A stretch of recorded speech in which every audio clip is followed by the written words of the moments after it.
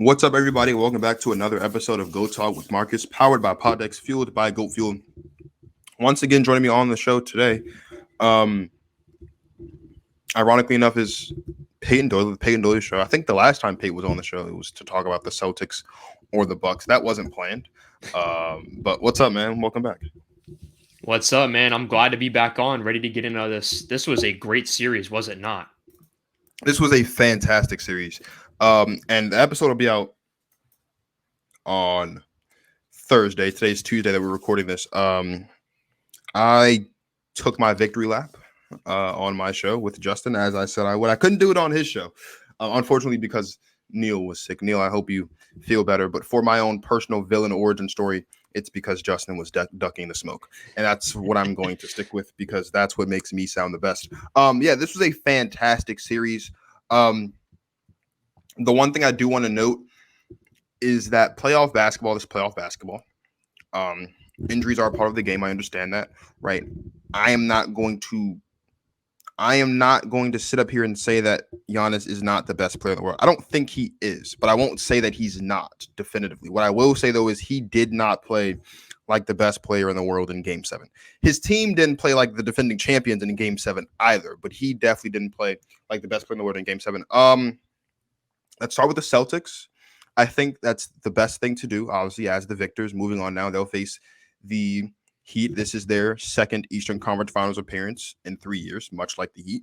There was a lot of doubters for the Celtics. Nick Wright made it crystal clear on First Things First almost every day that we should not let the Celtics sweeping the Nets cloud our judgment. And here we are. The Celtics have beaten the Bucks in 7 games.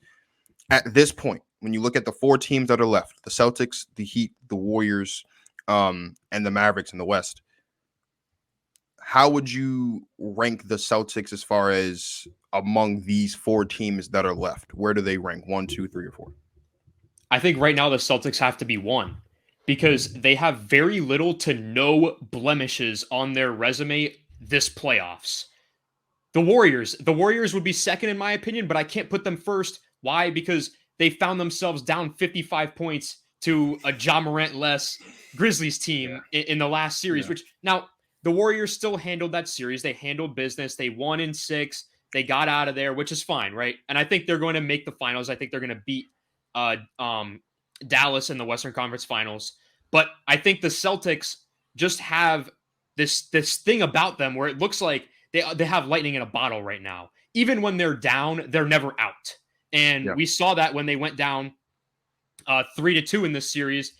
And then Jayson Tatum goes out, drops 40 in Game 6, and then they go and mop the floor against Milwaukee in Game 7. And now they're about to face the Miami Heat, which I believe, and I just tweeted out, and Twitter is going to get me in trouble, man. Twitter is going to get me in a lot of trouble. Twitter gets all of us in trouble. I know.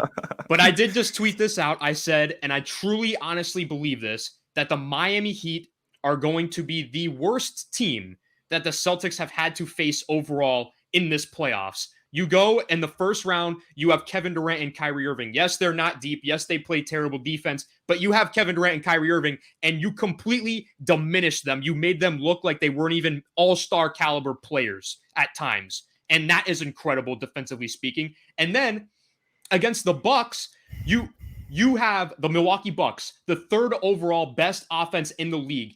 You held them to under 90 points. The Boston Celtics held them to under 90 points twice in that series, which is something that hadn't been done the entire season to the Milwaukee Bucks. Now, they were missing Chris Middleton, but this was a team that was rolling still without him. They rolled Chicago without him. Giannis was still averaging, what is the number I have written down here? He averaged 33.9 and 14 rebounds per game, 7 assists per game. He was the first player in history to score 200 points, 100 rebounds, and 50 assists in a playoff series. And all that being said, they held them to under 90 points twice. This team is great defensively. They have Jayson Tatum, who's a superstar, who steps up in the biggest moments. He's on pace to be the first Celtic ever to average 28, 5, and 5 in a single playoffs ever. And so they have the star power, and they play great defense, and they have great coaching. I think that's going to trump them over any of the other teams in the playoffs currently. I'm going to agree with you, and I think I'll take it a step further. I don't know. The only team I think that could beat the Celtics in a playoff series of the teams that are left are the Warriors. I don't have the Heat moving on to the finals. I just don't. And it's not because I don't believe in Coach Spo, because I do. I think he's the second best coach in the NBA behind Monty Williams. I think through the course of this playoffs, he's been the third best coach in the course of this playoffs.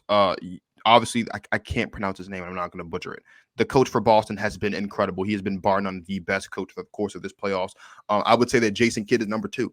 When you look at what the Mavericks have had to go through, getting past the Jazz, and I don't have the most. I don't respect the Jazz as a playoff team. I don't. But that's still a talented team that they had to play against without Luka Doncic for the first 3 games of that series, and they were still able to get the job done in that series. And of course, to go on from that to the reigning Western Conference champion Phoenix Suns and get the job done there in 7, specifically making Chris Paul and Devin Booker look terrible, look average, if that, in the last 5 games of that series. I mean, they won 4 of the last 5 games of that series after being down 2-0. So you got to give that to Jason Kidd. I'm going to say that Coach Bo is third, but and I talked about this with Steezy on Monday, and I'm going to say it again. They don't have a superstar.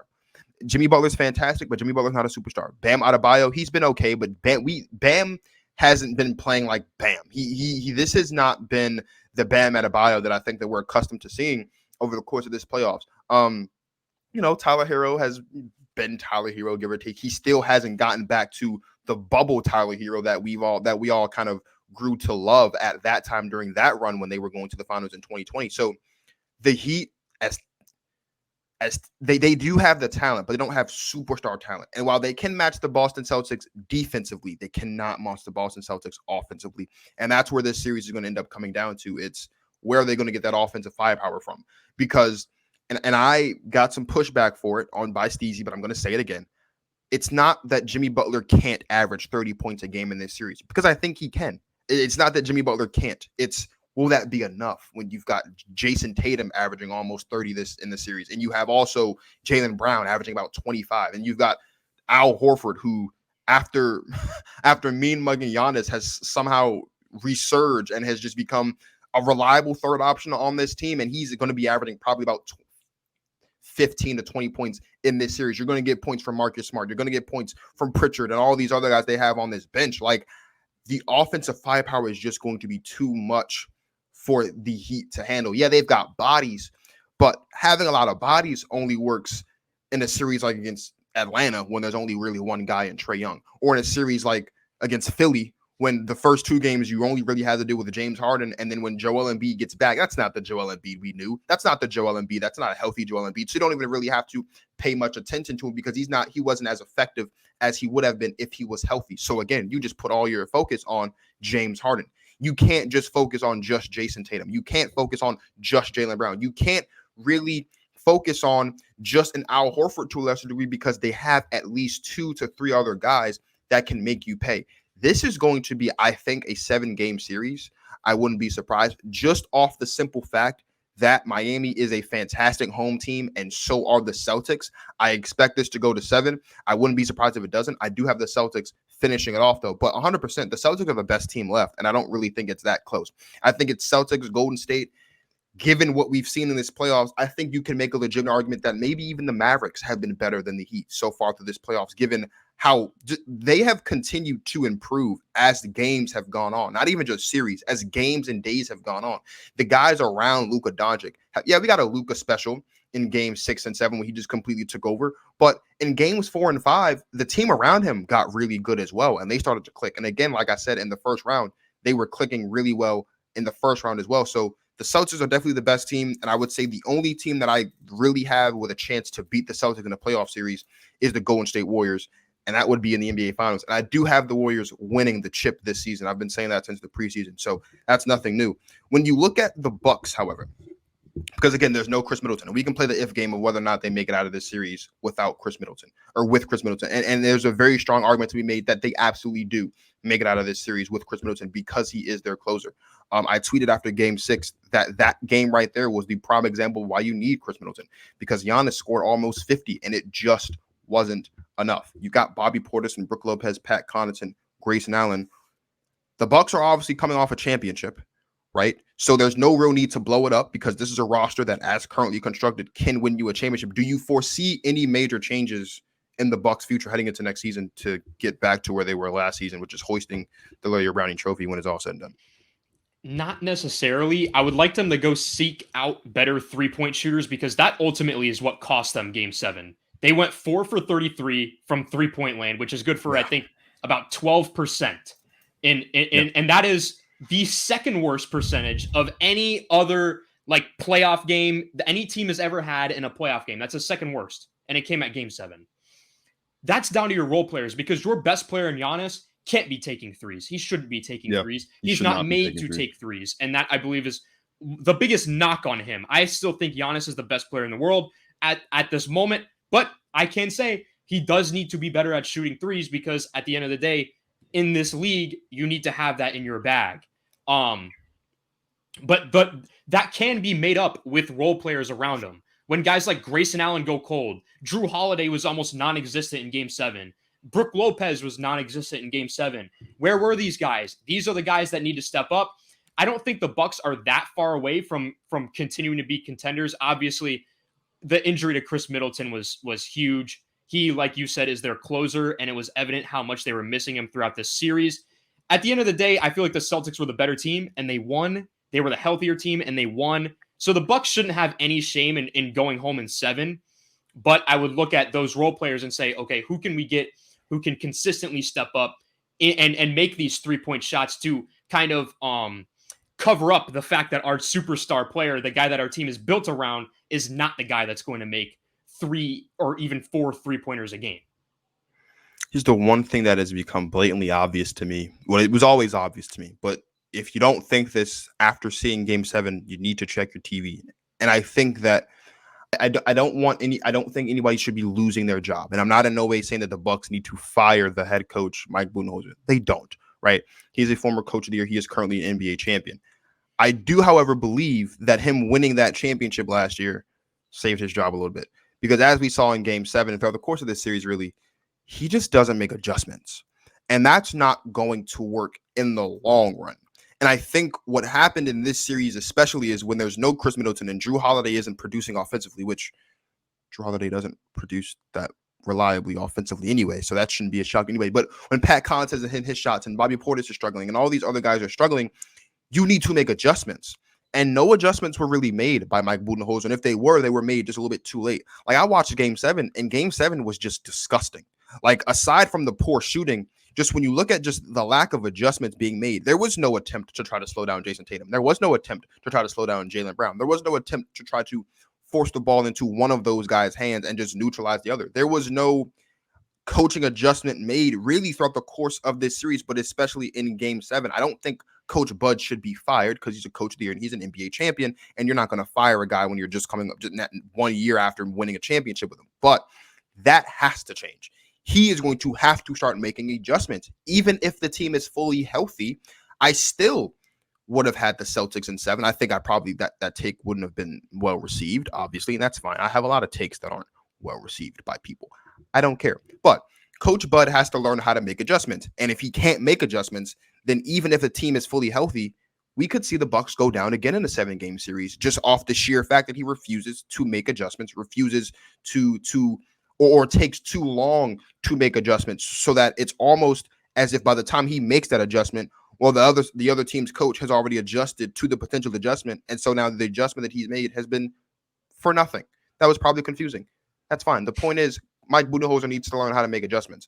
And if he doesn't do that, it won't be the last time we see the Bucks potentially get bounced out of the playoffs before reaching the finals. Now, the one thing I definitely want to talk about, because we've seen this circulating, I've seen it circulating Twitter and all this stuff, is how LeBron and Steph Curry have kind of spoiled us a bit, right? Because up until last season, it was either LeBron or Steph Curry in the finals just about every year. You could bank it, right? It's been LeBron for the better part of a decade, actually not a better part of, for a decade plus, actually, and it's been Steph Curry for 5 straight years up until injury ravaged the Golden State Warriors. And if it didn't, you can make an argument that it would have probably been 6 or 7 to that point. So do you think that LeBron and Steph Curry, because of how great they were individually in getting their teams to the finals, that when we look at guys like a Giannis Antetokounmpo in the Bucks, when we look at a team like the Phoenix Suns, or we look at a team even like the Brooklyn Nets, that maybe we're too hard on our expectations as far as contending for a championship because of what we've seen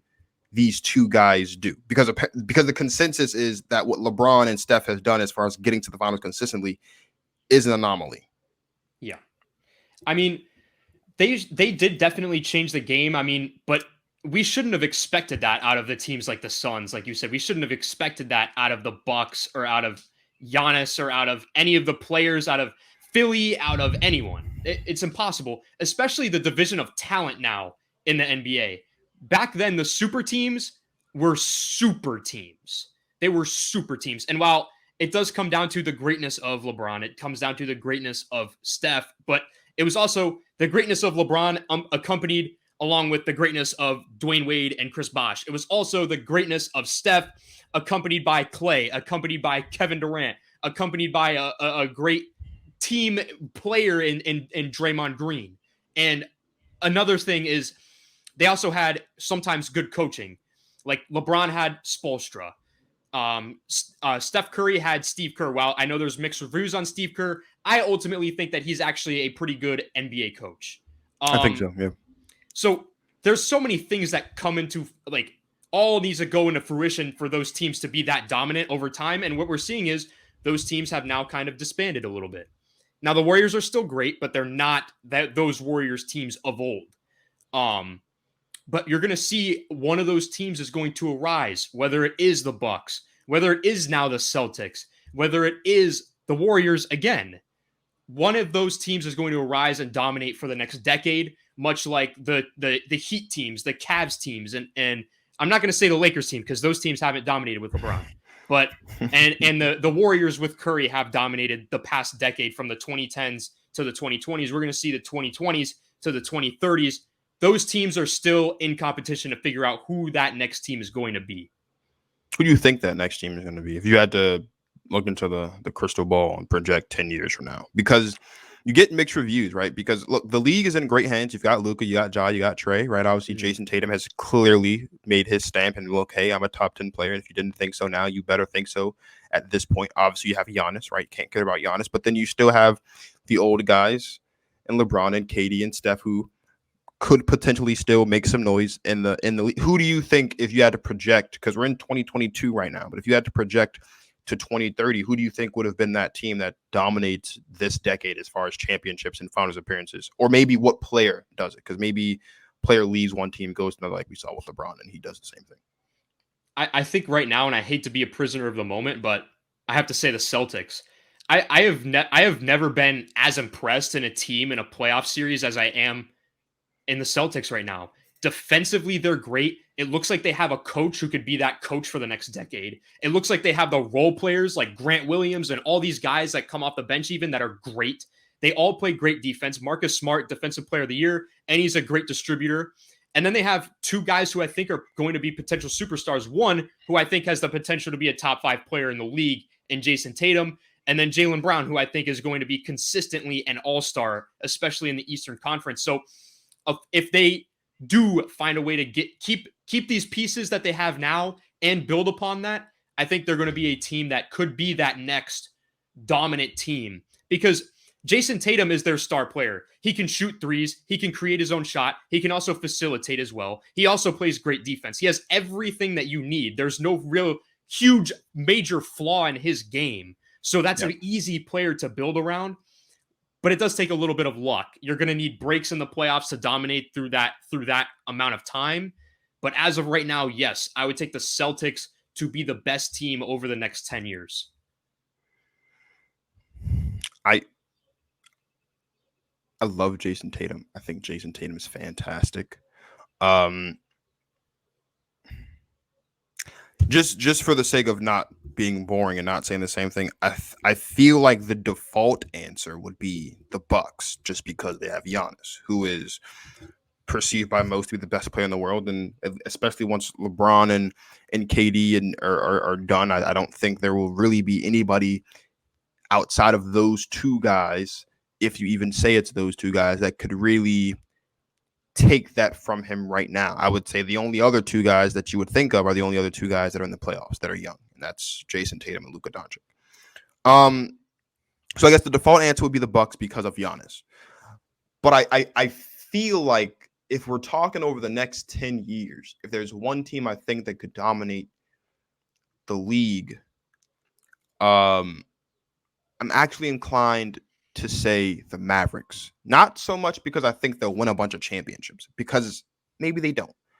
But I think that given what we've seen as far as how the power has shifted, where now the East is clearly the much stronger conference in the West, I feel like when you look at Steph's going to be gone soon, and so will Clay and Draymond, and so then the Warriors will kind of dissipate. And obviously, we know that there aren't as many days ahead of LeBron as are behind him, right? You look at like the Nuggets are kind of there with Jokic, but not really. Like the only team that really, to me, looks like they're there is the Mavericks. The only question is how many championships can the Mavericks win? That would be where I hesitate. But as far as just making it to more finals than anybody, I feel like that's the Mavericks, because when you look at the youth in the Western Conference, obviously you have Ja Morant with the Grizzlies.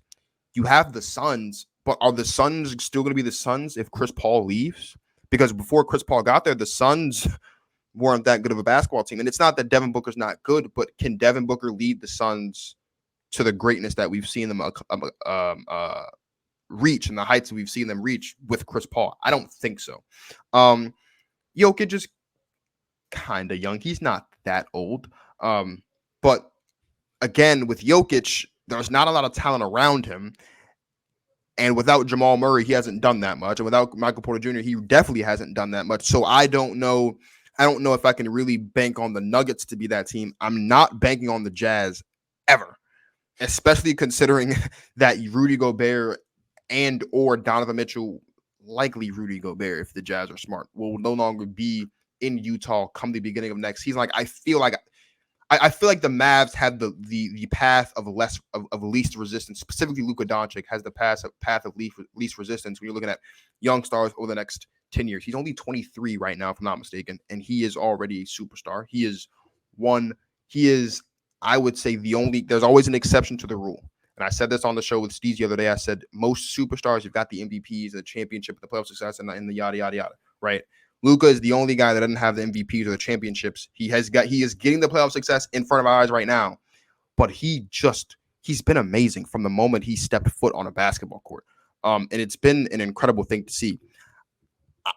I think we'll see a lot of Mavericks Celtics finals for sure, but just because we look at Embiid in Philly, you look at Giannis obviously in Milwaukee. You still have teams like the Hawks and the Hornets and some of these middle of the pack teams that could easily catch lightning in a bottle if they get the right pieces and make some noise as well. Because the East has so much talent, so much more younger talent than the West does. I'm inclined to think that the Mavericks will likely have the bigger stranglehold on the NBA Finals specifically. Maybe not as much as winning championships, but as far as just the most appearances, I'm inclined to think it's the Mavericks. I could be wrong. I likely will be wrong because I'm pretty sure, like I said, if Chris Middleton's there, Giannis and the Bucks would still be playing basketball today.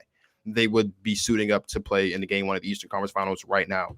But that's just kind of how I see it. I'd love to see the Celtics versus the Mavericks though in the finals. I think that would be a fantastic series just to see who I think the best player under 25 is in Luka and the second best player under 25 in Jayson Tatum, just go back and forth. That would be a beautiful, beautiful, beautiful thing to see. So you got the Celtics and the Heat. I don't know if you made your pick already, but who do you have advancing to the finals when it's all said and done from the Eastern Conference in a rematch of 2020's Eastern Conference Finals? Well, I mean, I'm basically the biggest Heat hater on the planet at this point.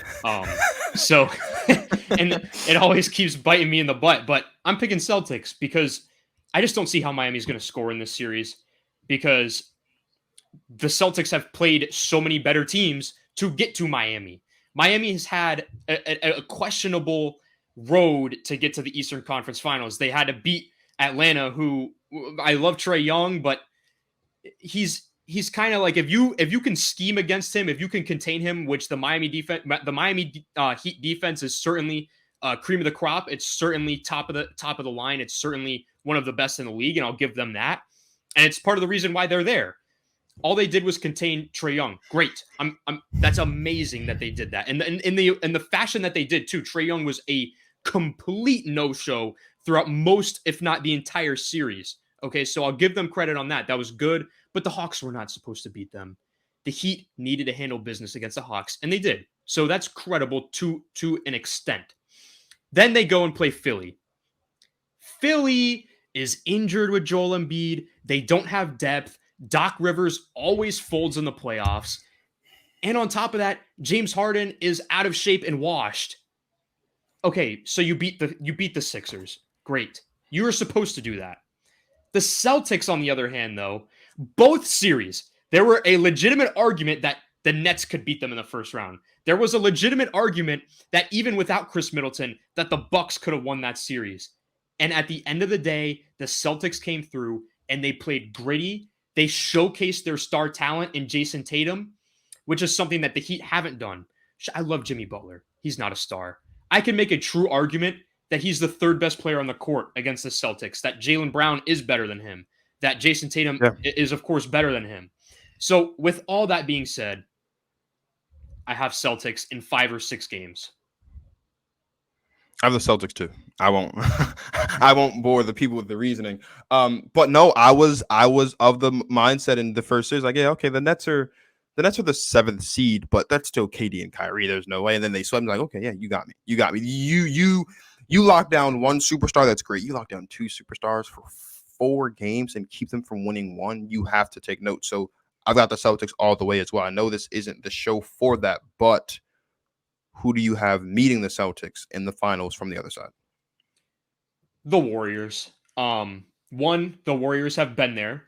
2, they're just overall a better team than the Mavericks. Like, yes, Luka has emerged into this crazy and amazing superstar in these playoffs. He has certainly proved that.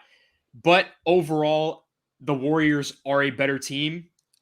So I'm going to give them the edge. Plus, they have home court advantage.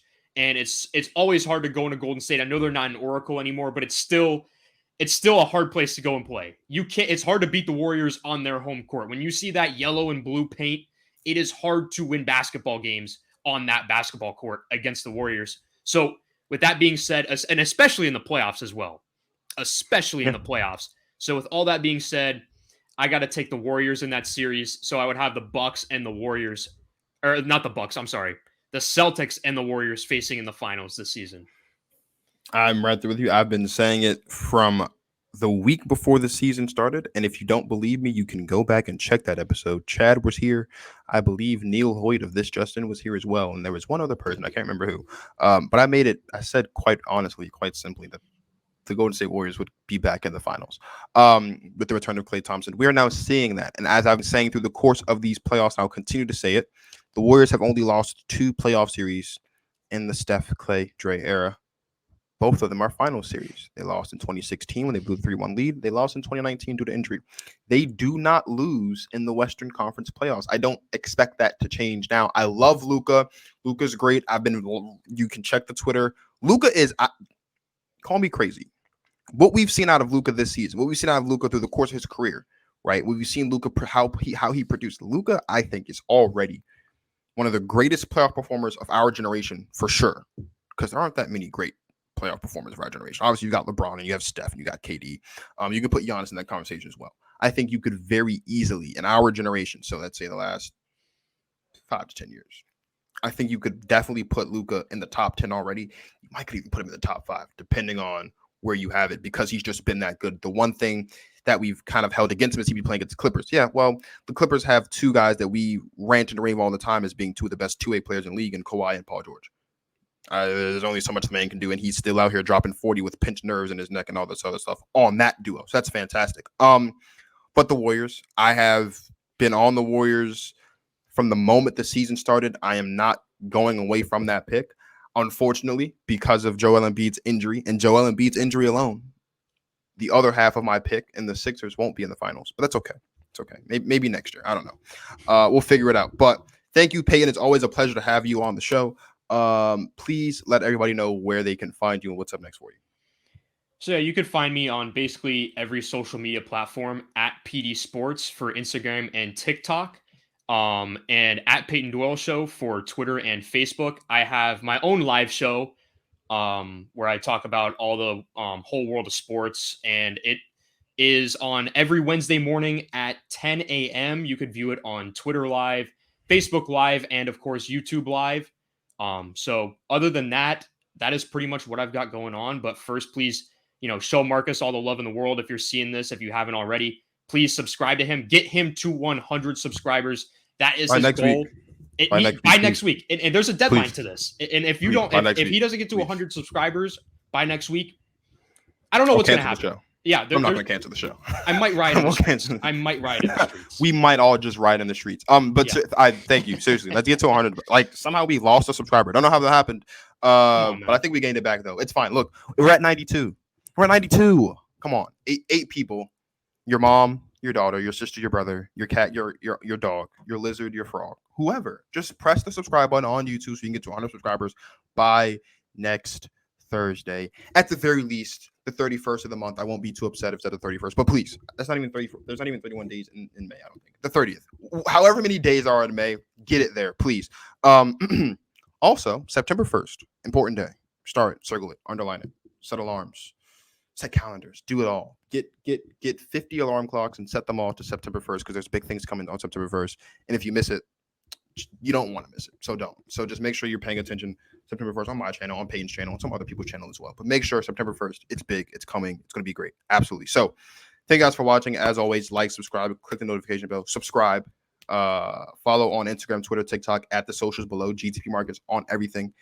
If you can't find me, you're not trying hard enough because I am everywhere and it is obnoxious. All right. Use the Googlers. That's what they're for. So for my good man, Payton Doyle, the Payton Doyle Show, this is Marcus of Go Talk with Marcus signing off. Thank you guys for watching. Make sure you press the red subscribe button under the video. If it's not gray, then you need to click it. All right. Thank you guys for watching. And as always, you guys enjoy the rest of your lives.